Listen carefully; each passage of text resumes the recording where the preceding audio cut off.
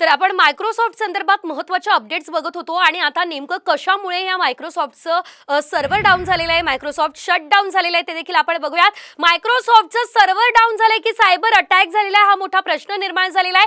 अपयश लपवण्यासाठी cyber attack भासवलं.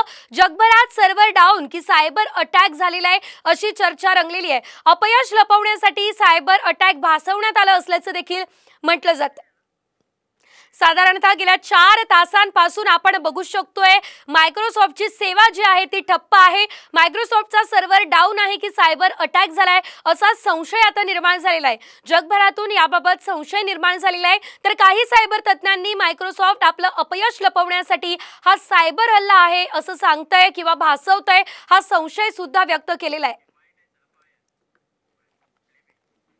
मायक्रोसॉफ्टला या गोष्टीचा अंदाज बिलकुलच नसावा हे म्हणणंही धाडसाचं ठरेल. मायक्रोसॉफ्टला काहीतरी याची कल्पना असावी असा माझा प्राथमिक कयास आहे.